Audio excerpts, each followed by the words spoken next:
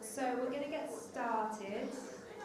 So we've got Artur from Ceramic, and he is going to be talking about composable sovereign data for the new web. Thank you so much. Welcome everybody. Thank you for coming. Thank you for the organizers for setting up such a great event. I'm going to be talking about composable sovereign data for the new web today, but mostly explaining what we mean by those terms in Ceramic and why we hope that some of the tools that we build might be actually useful for the DeSci community and why we want to help in the first place. So I'm going to start by introducing myself a little bit and saying, explaining why me and my friends in Ceramic community have been trying to do our best to support the DeSci community as much as possible. So I'm a software engineer and I've been working in tech for around 15 years now in different setups and different companies. But until my mid-20s, actually, all I really wanted to do was science. I started my research in early 2000s in formal logic, foundations of mathematics, computability theory. But then after a few years, I realized that unfortunately, it would just not be a sustainable way of life. And so, as you know, the personal computing started to really grow up, customer-grade products started to grow up, I decided to move to the second thing that I had always loved doing, basically solving engineering problems, writing code, and building tools for people to help solve their problems. Yeah, and as I said, I had been doing this for quite a while, but a couple of years ago, when I started hearing about DeFi and about blockchain as a set of technologies that are actually not only about financial incentives, but also around decentralized data, some other tools, empowering more people from more places to do interesting stuff. I started learning about the space. At some point I met people at Ceramic, started talking to them, and then I realized that some of the passions that I had personally were first shared with people at Ceramic, but more importantly that, as opposed to my previous years in Web2, when I felt, that the areas of problems I was able to tackle were severely limited by, the interests of the company I worked with, but mostly by just the type of people who were around tech that was not super diverse. As opposed to these times, starting to be around people in Web3 and in DeSci, I started realizing that this is really a very unique situation in which people from all different kind of backgrounds and areas try to collaborate to solve their problems. And one of these different interesting areas is DeSci. So for me, it's personally a way to kind of try and help people solve some of the problems that made me leave academia 15, 20 years ago, which is super exciting. And I'm very grateful that I have this opportunity. And I'm not the single person in Ceramic. Also, our whole team is very passionate about this, including the founders. And to support that, I wanted to share our mission with you today, which is to catalyze the community-driven data ecosystem that helps developers build a more open and vibrant web. And again, putting it in the context of this, I feel from talking to many of you and listening to the panels over the last couple of days that having a community-driven data ecosystem and great tools to be able to use this ecosystem might actually be something that could be useful to solve some problems of DeSci at least. So yeah, Ceramic, we have a team that has quite a lot of expertise. working with Web3 technologies, specifically around decentralized identity, decentralized data, for quite a while. First, let's just quickly skim through. I think like this is something like super familiar with all of you. This has been mentioned several times in this conference. Like, why have we set out on that mission that I mentioned, to create a data ecosystem, community-driven data ecosystem for open web? Why that mission? What kind of problems are we trying to solve? So yeah, basically, two biggest problems that we feel are really limiting many areas in DeSci as well right now are, first of all, like lack of user agency. So like basically people create some data, share it online, but they don't own it. The moment it's shared, their agency basically is limited to like number of likes or like some external basically mechanisms, and the creators of tools are only indirectly interested in how these mechanisms work for data creators. And the second problem is also like that data gating, of course. So both of these topics, like user agency, the topic that has been raised several times in the context of IP here, data siloing or gating, also mentioned several times in this conference when it comes to access to data sets, being able not to repeat the same experiments over and over and over, and being able to spend more time on the creative work and synthetic work trying to figure out what we can build more. So this is the problem we're trying to solve. And what we believe sovereign data is and how it should work is basically summarized on this graph. And I'm not going to go through all of these pods one by one. I think that, again, all of you are pretty familiar with the current state, and what our goals more or less are. So we generally try to give more broader access to more people to data, give them agency over their data, help them build all the tools that are needed to solve problems that stem out of this approach. So problems around identity, reputation, and search and stuff like that.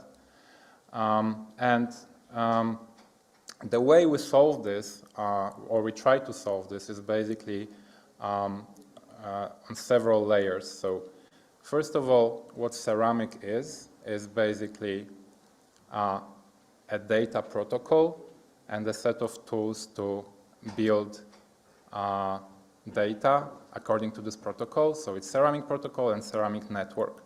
And you might ask how it fits in the broader ecosystem of several other tools that are also trying to solve problems with decentralized data, or actually try to provide decentralized data. So we've heard from several friends here already, from Bacalhau, from IPFS. There are many great projects that are trying to make access to data easier, access to computation easier. What we are doing is we build on top of IPFS, and we provide structured, like the Ceramic protocol is about defining structured and mutable data on top of IPFS, basically. So what that means is that when IPFS is great for storing all different kinds of data. Whenever you store something on IPFS, you get a content identifier. You can share this identifier with somebody. Whoever has this identifier and access to internet, they can use IPFS network to fetch the same data. They will know that it was the data that you uploaded, and it's all fantastic. What we add on top of that is like we help build basically semantics on top of this. We let you define data types and data schemas so that you can create like a document of a certain type, and then you can update this document, and each of these particular updates is stored on IPFS. but it provides like a stream of updates for a given piece of data that again you can share, and it enables collaborations on this data, enables history, versioning, and stuff like this. And then even the next layer on top of this is our current product that we're working on. It's just called ComposeDB, and it's currently in a public alpha. We plan to move it to beta a few weeks before Denver, so beginning of February. And what ComposeDB is all about is basically providing tools on top of Ceramic that just let you focus on defining your model structure, your data structure completely, and then make it as easy as possible to create this data, query this data, so that you don't have to worry about indexing, latency, performance, stuff like that, but you have access to like a full graph, basically, of the data that you want to operate on and you want users to have access to. And of course, this is all fully decentralized, which means that the data you create using ComposeDB is available on Ceramic Network, so other apps can also use this. When you create a new app, you can start using the data that's already there, and so on and so forth.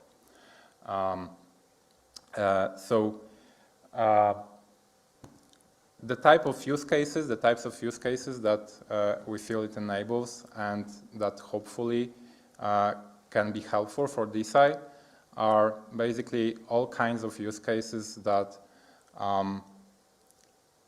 require collaboration on structured data. So to try and tie that in with some of the discussions that we've had over the last couple of days. So peer reviews, literature reviews, as I mentioned, reputation systems. Right now, as far as I understand, I'm still learning from you about what you actually use in DeSci right now, but I understand it's basically like a mix of something like Google Docs, Dropbox, email, forums. Very siloed, very centralized, and you don't really know what's stored where and how long, and so on and so forth. We want to empower developers to collaborate with you, with scientists and other builders to provide tools that basically do similar things, first of all, so that you can start moving to like a decentralized setup, and then also start using some of the unique properties of the new web, Web3, and crypto to actually provide significantly more value than the existing tools. Yeah, this is our mission. This is why we do this, and this is why we hope it can be useful for DeSci, and why we want to work with you and listen to you and hear about how we can help developers build better tools for you. So that at the end, a few years from now, we can meet again, and the vast majority of scientists here actually start using Web3 tools and know what data is stored where. They can store their own data. They feel they have ownership of this data. They can share it with whoever they want, and so on. I also have an example of a really cool project, one of the really cool projects that have already started building on ComposeDB.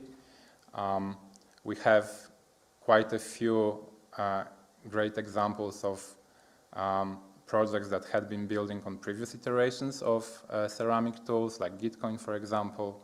But we already have also great examples of projects who have been building on ComposeDB, which, as I said, is in alpha. So I'm not sure if you had an opportunity, I hope you did, to watch Martin's presentation yesterday about Lateral.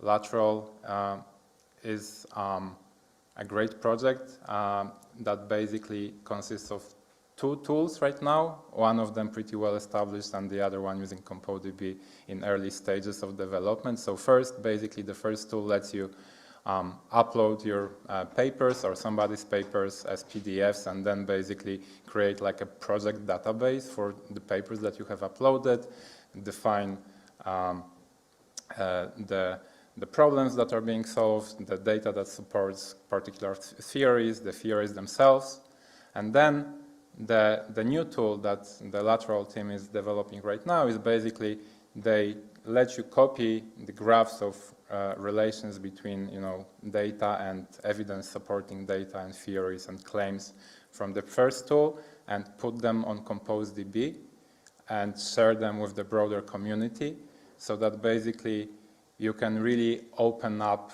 and start building this huge graph of knowledge and evidence and claims and theories and easily search for either theories or claims similar to the ones that you have been working on yourself or just find evidence supporting particular claims you're interested in. So yeah, I really encourage you to, if you haven't had a chance yet, to reach out to a lateral team and to Martin, check out their tool. I hope that it will be very useful to at least some of you. If you want to get in touch with us, please do. We are really looking forward to meeting, of course, builders who have ideas about useful tools that they could build related to decentralized data and user-owned data in the DeSci space. We're also interested very much to hearing from scientists and everybody else in the DeSci ecosystem just to understand better the problem space and where it's going and how we can help, because we also spend a significant amount of our time supporting developers and helping them figure out the best ways of solving problems. We have a grants program as well, so we're working with early stage projects that want to build on ceramic. So if anything that I have mentioned today sounds interesting or sounds like something that might help solve some of your problems, please reach out. We're looking forward to meeting you and learning from you. And with that, I think we have still a couple of minutes, 2 minutes for questions. Yeah, so if anybody wants to ask something, I'm more than happy to answer.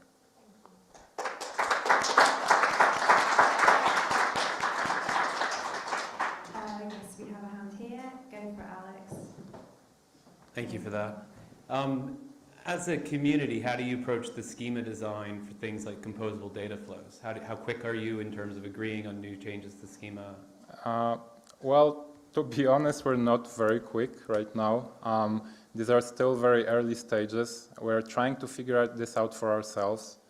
And as you can imagine, because that's a great question, and as you can imagine, like I guess because you asked this question, like there are many trade-offs to make.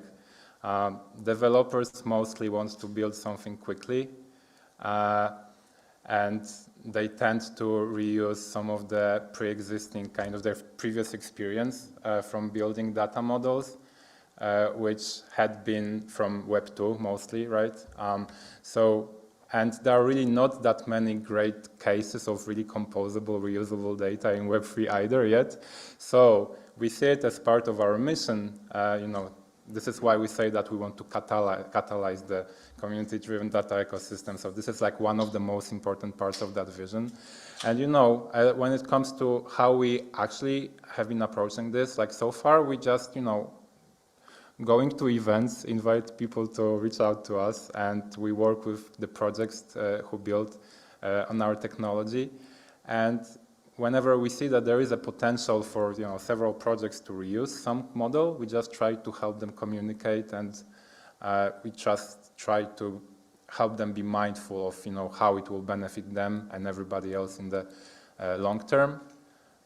So it's really about preaching for composability and reusability, and then really on high level and on low level just trying to figure out, going through all the possible options for a particular use case and trying to predict how it works. So we will be building experience like this, and at some point we'll also open up tools for the community to really kind of like start doing this themselves without us being the middleman. Thank you. Thank you. Thank you very much for your question. Unfortunately, we don't have time for any more. But thank you very much for the talk. Thank you, everyone. Thank you.